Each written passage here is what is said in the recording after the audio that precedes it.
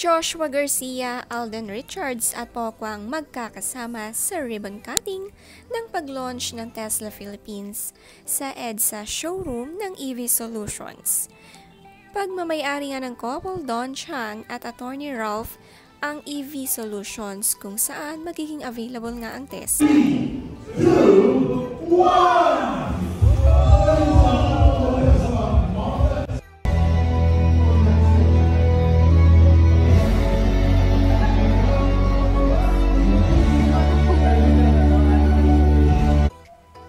Marami nga ang na-invite ng couple sa kanilang pag-launch ng Tesla sa Philippines. Ang mag-asawang Michael De Mesa at Julie Eigenman nandito. Nabigyan din sila ng chance na masakyan ito at matesting.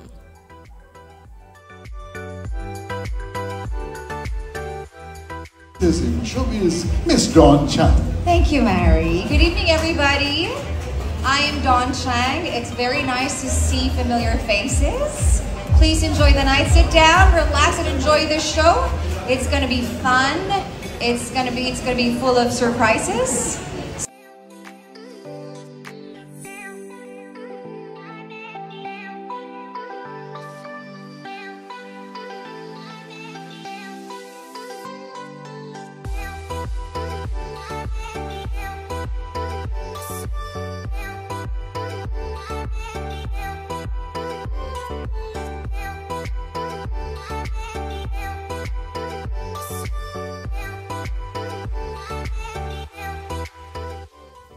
Nakaka-excite ang pagkakita ni na Alden at Joshua sa unboxing ng Tesla car.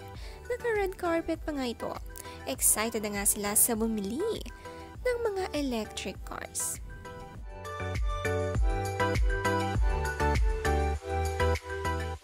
Isang big blessing nga ito sa couple Attorney Ralph at Don Chang.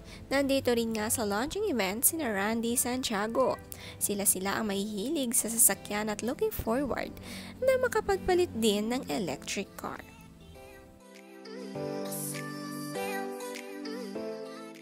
One!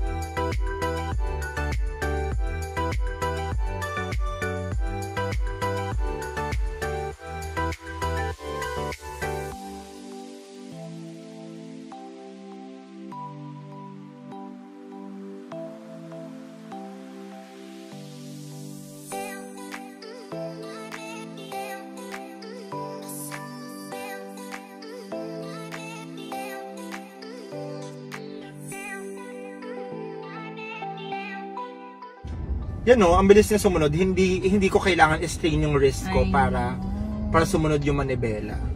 So, yun ang true test na magaan ang manibela. Okay, this is sold. Meron na po kayong unit na available. Kaya hindi ako nagdala ng car today. Kasi gusto ko yung pauwi na Tesla na. Tapos pag yun yung oh, dyan tayong dalawa passenger princess. Let's go. Oh, yeah. Okay, let's go. Oh, yan, kasha sakto. 0.5 mo.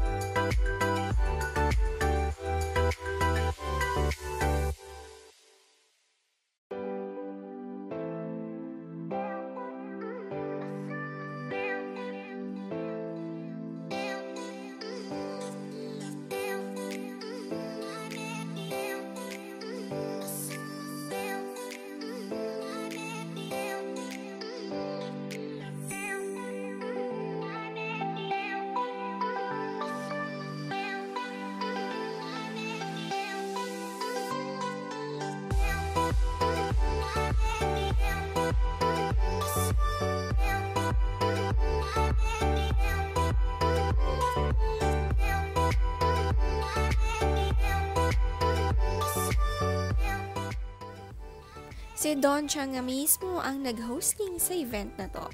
Sabi niya sa post, "Congratulations my love, Ralph Kalinisan. EV Solutions. Thank you to all our family, friends, colleagues, and press for gracing our media launch with your presence.